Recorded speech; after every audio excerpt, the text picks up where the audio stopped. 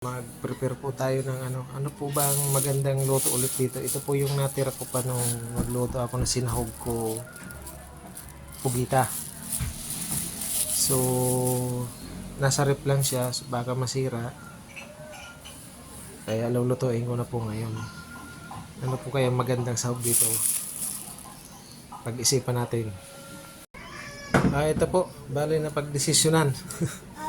Bali, aanahin ko na lang siya, ano ba tawag dito? Gigisahin.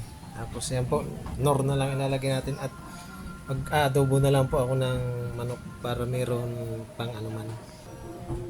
Ayan, ginisa lang po natin itong cauliflower at nilagyan ko rin itong nor cube. Yan lang po yung naging ano niya. Yan, antayin na lang po maluto itong cauliflower na gulay at isusunod yun na rin po dito mamaya yung adobong manok. Mamantikahin ko muna itong manok, yung panggigisa natin sa ating sangkap na ilalagay.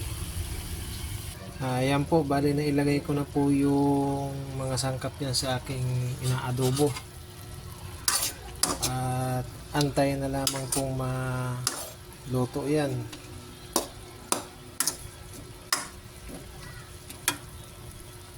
Ito po,